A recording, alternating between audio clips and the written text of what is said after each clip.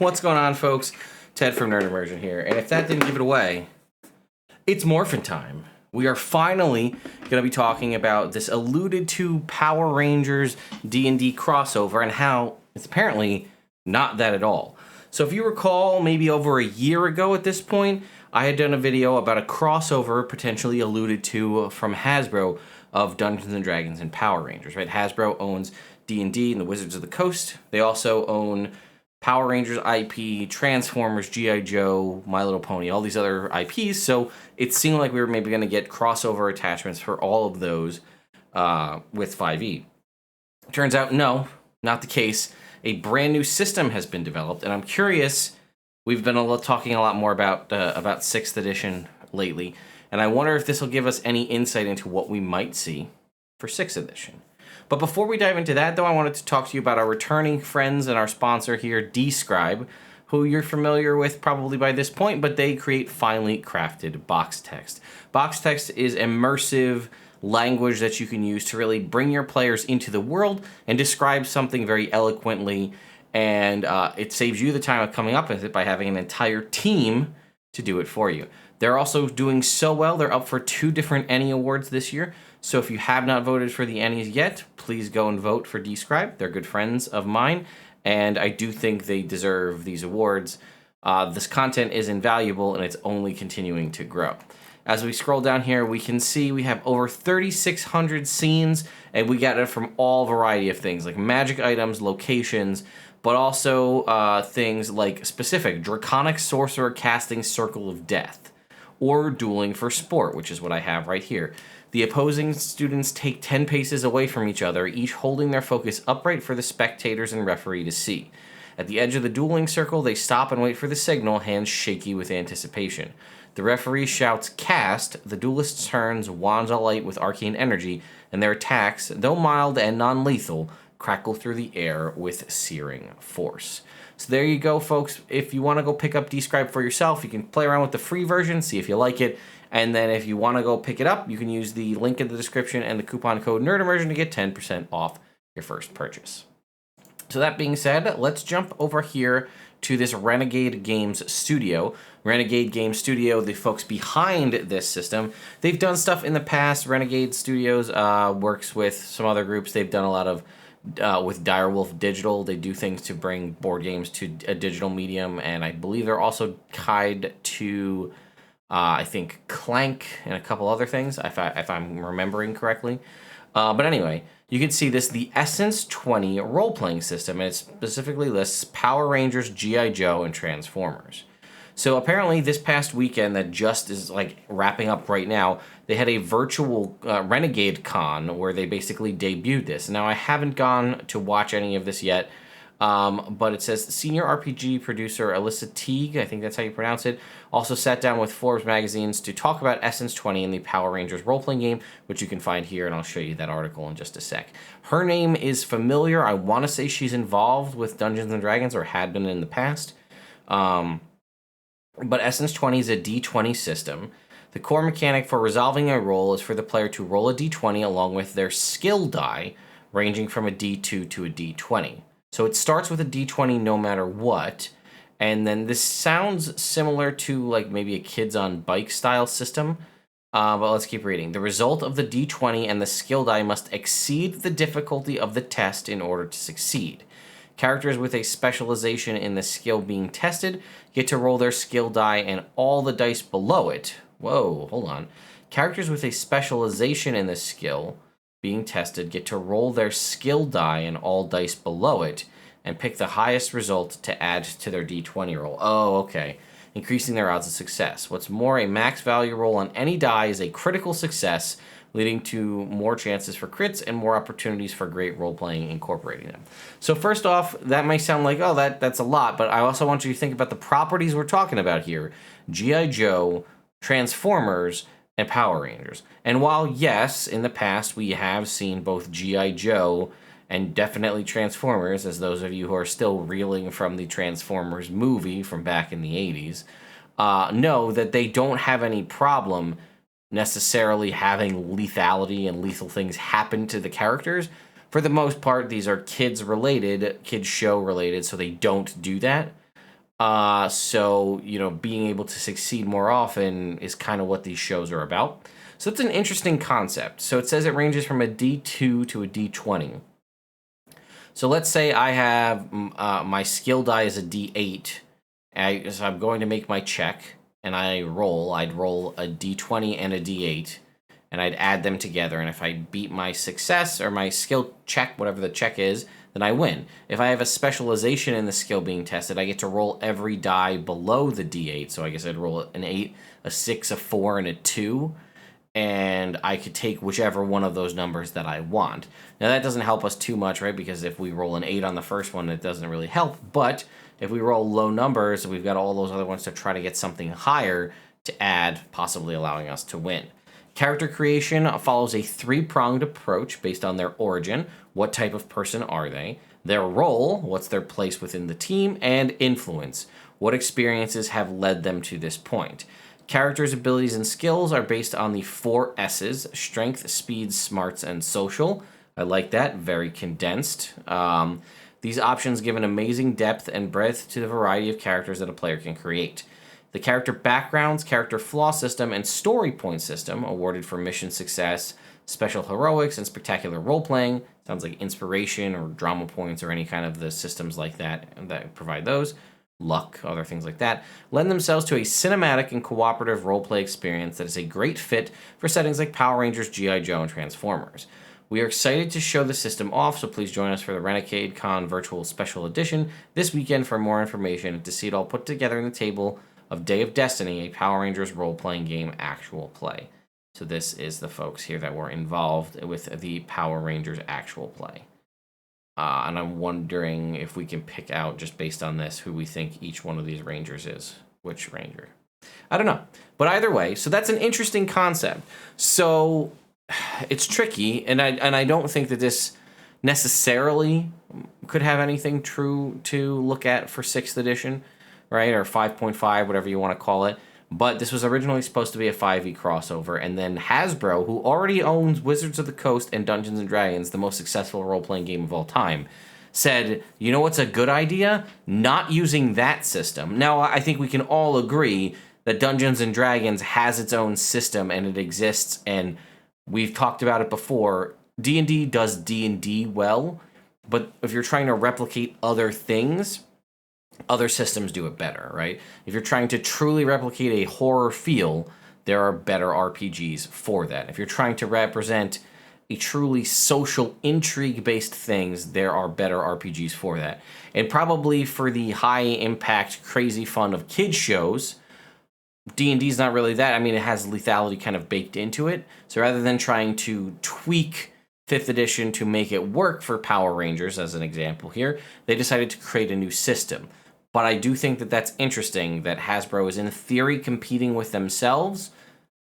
Probably not really. I think there's different markets there, obviously. But it's interesting that it goes for a even more streamlined set of rules, which I do like. And we might see something like this in the future for Dungeons and Dragons. We know they were going towards lineages, and then they're not. They were sticking with races. But I like this.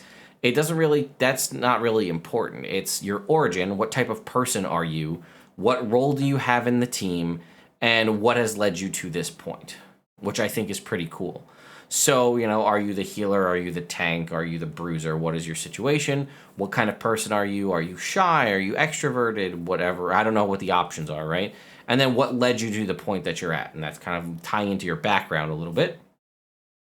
We have a 4 simplistic set of stats, right? Strength, speed, smarts, and social.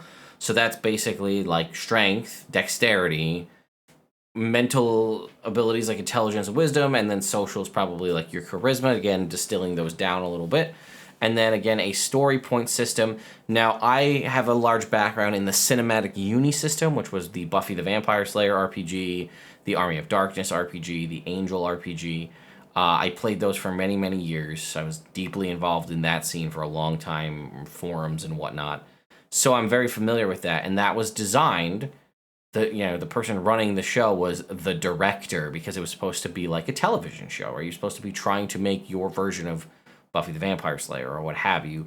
So, like each thing was called an episode, not a session. You were supposed to have mid-season and then final, finales and arcs and things like that. And it had a system called drama points, which were to allow you to do something dramatic in some way. And that sounds like this story point system to make things, they even describe it as cinematic.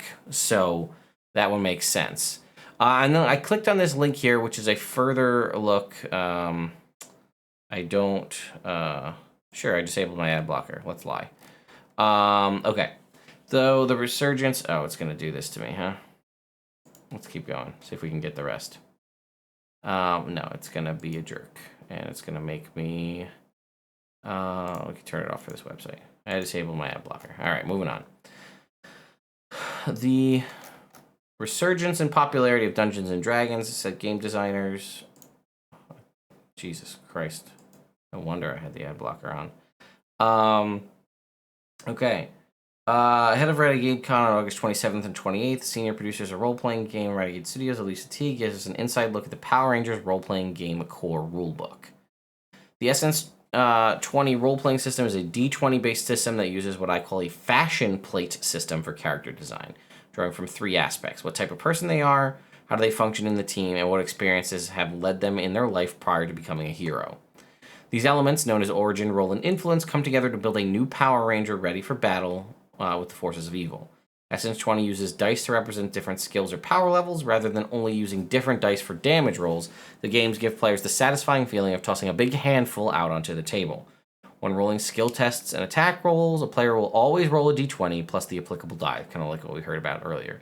Essence20 also includes a ladder mechanic, where if a character has specialized in a particular skill, they may roll their skill die plus every other die under it, adding the highest roll. A critical success is made when a skill die shows its highest number, giving a huge chance for rolling crits mathematically, and of course, then being able to roleplay those epic results in the most heroic way possible.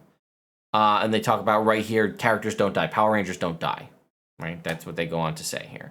Your team may lose against a threat, and your character may be taken out of combat, but there is no lethal damage to players in this game. If defeated, your team may face dire consequences, but that just gives you a hook for the next adventure. And if you've ever watched Power Rangers, you know what happens when they lose. Someone's either trapped, lost, something, and then they need to figure out how they're going to get around it.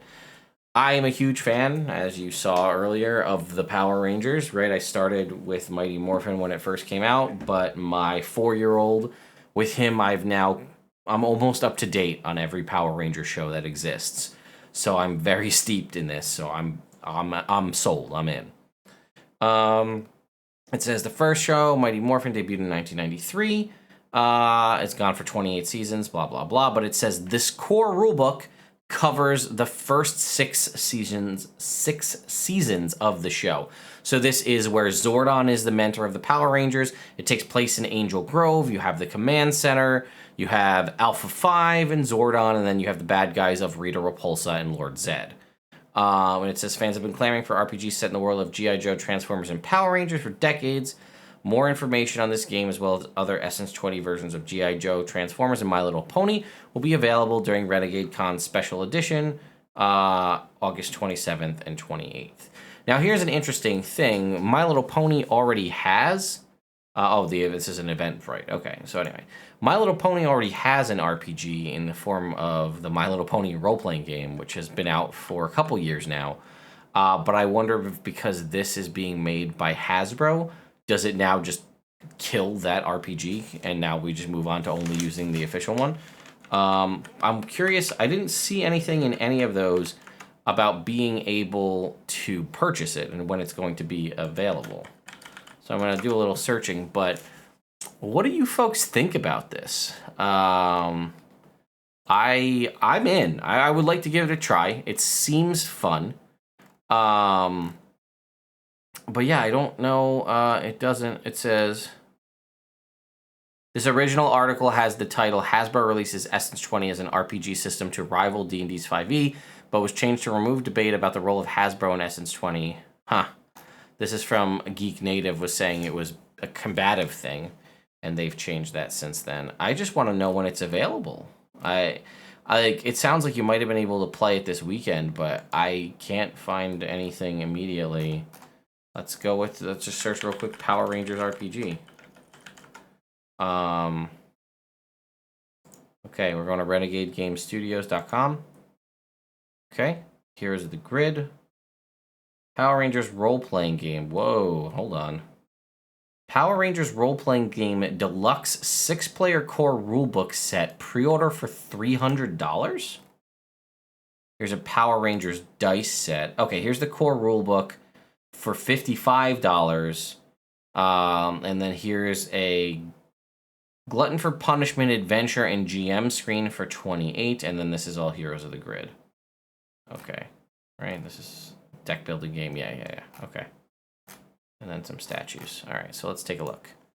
$300 in this deluxe 6-player set of core rules for the Power Rangers role-playing game. Oh, it gives you 6 core rule books, one of each color, so that you could buy this set and then give each ranger a book. And it's 6 because it's Power Rangers, right? So you've got the standard 5 and then the 6th Ranger, right? So it's Mighty Morphin. So that's red, black, yellow, blue, pink, and then green. Become a Power Ranger and protect Angel Grove and the Earth against the evil forces of Rita, Repulsa, Lord Zed, Master Vile, and more in the epic world of Power Rangers. Whether you interrupt Rita's monster attacks in her attempt of world domination or defeat the forces of the Machine Empire from invading Earth, there's no limit to the heroic stories you will tell. In the Power Rangers role-playing game, create your ultimate Power Ranger persona by combining all the different traits.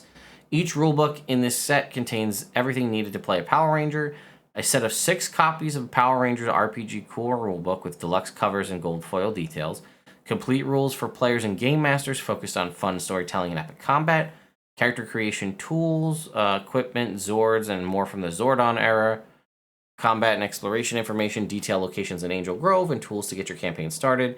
An introductory adventure for first-level characters that is ready to play for your new character. Oh, here's a dice bag. Here's this. Oh, and look, Transformers core rulebook. So these are all available. So you can just start getting, like, pre-ordering these. Does it give you a date? No, it just says pre-order now. Nothing. Here's the Transformers one. I wonder if they all have their own, like, super duper collector's editions. Oh, look at this. You can get different dice of all the different kinds, and it looks like it comes. Does it come with the coin? Oh, the coin is the D2. It's the power coin. That's... I'm gonna have to buy these. I have to buy all of these. There's a Morphin symbol on the D2. Okay. This is bad news for Ted. I'm sorry, Claire, if you're watching this. That's my wife. I'm going to be buying a lot of Power Rangers dice. My son is going to lose it. So I'm in, clearly. I'm very biased, as we've discussed. But what do you think?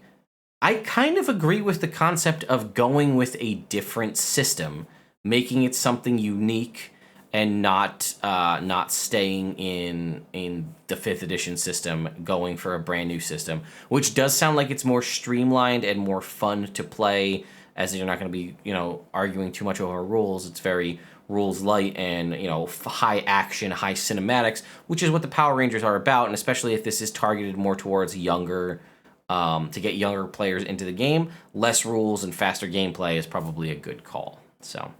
I will say I do notice looking at this, it does not include a percentile, which probably makes sense given the system. So it looks like it is just D2, D4, 6, 8, 10, 12, 20, and you do get 2 20s as well. So yeah, I'm buying these right now. I'm adding them to my cart. But let me know your thoughts in the comments down below. Are you going to get this? Would you be interested in seeing me play and or DM this? I feel like, or GM this, I guess. I don't know what the overseer of this is called, but I feel like I probably would have to be the one, because out of all of my close friends, I now seemingly have the most Power Rangers knowledge. But let me know in the comments down below. Thank you once again to the folks at Describe for sponsoring this. Please do go vote on the Annie Awards if you haven't, and give them a vote. I definitely did myself. Also, there was a little bit of a snafu with the Annie Awards, like right at the start. If you voted on day 1, they lost all votes for some reason with their system. So if you voted on like the first day the Annie Awards went live, consider voting again. Anyway, thank you all so much for watching. And once again, it's Morphin time.